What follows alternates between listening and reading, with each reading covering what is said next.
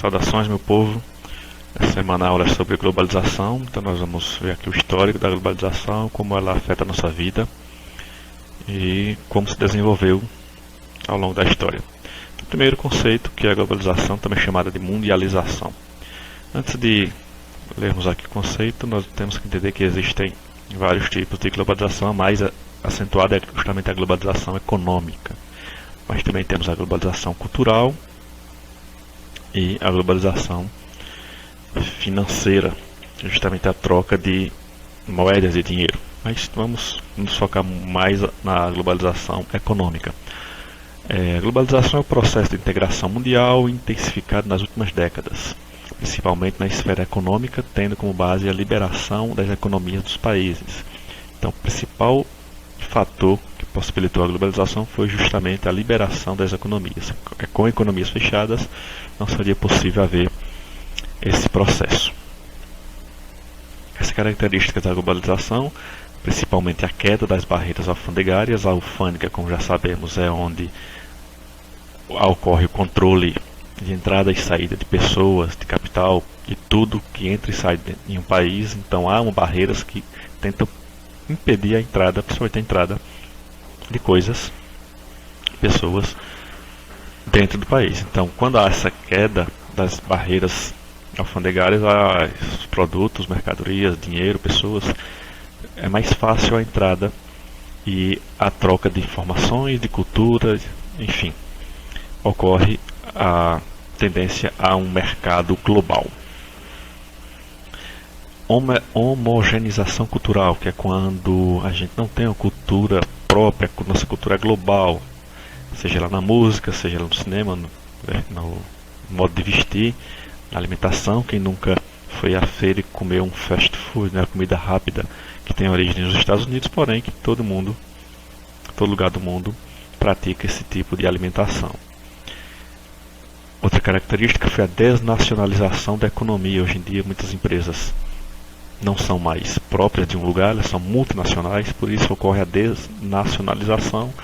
Elas não precisam mais pertencer a um único país. Então vários países do mundo tem filiais da Coca-Cola, da Nike, da McDonald's.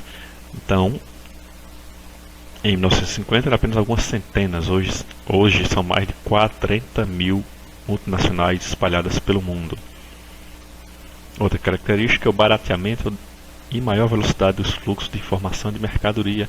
Isso aí possibilitou ou facilitou a existência do conceito da aldeia global, que vamos ver mais adiante, que é quando o mundo aparenta estar menor, cada vez menor, devido justamente à maior velocidade do fluxo de informações, a troca de informações, mercadorias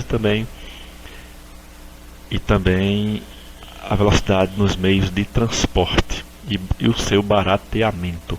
Vejam só, em 1930, $80 era um minuto da ligação internacional e hoje custa menos de R$1. E se for pela internet, a gente consegue de graça. Em 1960, 25 milhões de pessoas viajavam pelo mundo e hoje são mais de 400 milhões de pessoas que viajam pelo mundo todo à procura de diversos tipos de coisas, seja ela para estudar, turismo, etc. As etapas da globalização teve como ponto de partida as grandes navegações. Foi justamente quando os europeus passaram a ter uma maior integração com o resto do mundo, quando fizeram a colonização dos países da América, da África e da Ásia, e pegando não só as mercadorias, levando para a Europa, como também impondo a sua cultura aos povos colonizados, como deixando sua língua, deixando sua forma de vestir, sua forma de agir, assim como ocorreu com o Brasil em relação a Portugal. A Revolução Industrial foi justamente uma nova etapa, a segunda etapa, que deu um impulso à globalização. O mundo caminhava no ritmo de galope e agora acelerou com a máquina a vapor implantada no locomotiva, implantada no navio. Ficou muito mais rápido viajar pelo mundo, que antes tinha que ser, aqui nessa época, a navios a vela, que demorava bastante, muitos perdiam no meio do caminho, mas com a máquina a vapor implantada no navio ficou tudo mais rápido, em comparação logicamente à máquina a vapor. Só que a Revolução Industrial teve início lá no século XVIII e ocorreu em 3 fases. A primeira delas teve início na Inglaterra no século XVIII. Espalhou-se aí pela metade do século e outros países da Europa, com a invenção da ferrovia, locomotivas a vapor e tinha o objetivo de suprir a necessidade de transportar as mercadorias em larga escala, principalmente, lógico, pela Europa, que antes era tudo feito à mão, era o artesanato, passou a ser feito de forma industrial com máquinas automáticas. Máquina movida a vapor, os trabalhadores das fábricas passaram a receber salário, que antes eram autônomos, cada um fazia o seu, as condições eram péssimas, não tinham direitos trabalhistas, havia grande mão de obra infantil, mão de obra feminina com salários mais baixos, justamente por serem mais mansas do que o homem, e a busca de matéria-prima em países da África e da Ásia, o que caracteriza o neocolonialismo. Aqui nós temos algumas imagens da época, a fábrica com crianças, uma mina de carvão com a família toda trabalhando, novamente criança aqui descalço, veja as condições de trabalho, o perigo que elas estavam correndo, muitas mulheres trabalhando na linha de montagem de produtos aqui, e também máquinas. A segunda fase teve início nos Estados Unidos, no final do século XIX e início do século XX, que revolucionou o mundo com a criação de novas tecnologias como veículos automotores, aviões e a implementação de novas fontes de energia como os derivados do petróleo e a energia elétrica. Houve também um significado aperfeiçoamento de tecnologias como nas máquinas industriais, que antes eram movidos a máquina a vapor e agora passaram a ser movidos a máquinas elétricas, tornando-se mais eficientes. Aqui é exemplo de uma fábrica de automóvel da Ford, que fabricava o famoso modelo T em uma linha de montagem.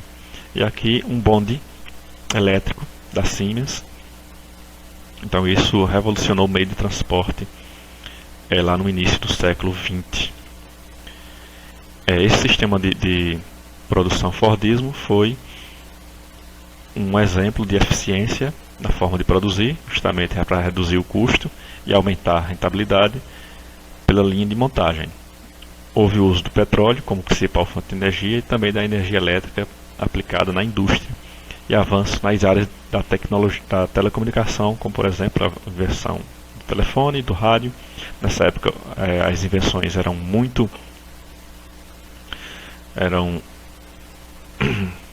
intensas. Foi aí que inventaram também a energia dos motores elétricos com energia alternada, com energia contínua, corrente alternada. Então houve um avanço muito grande nas áreas da elétrica.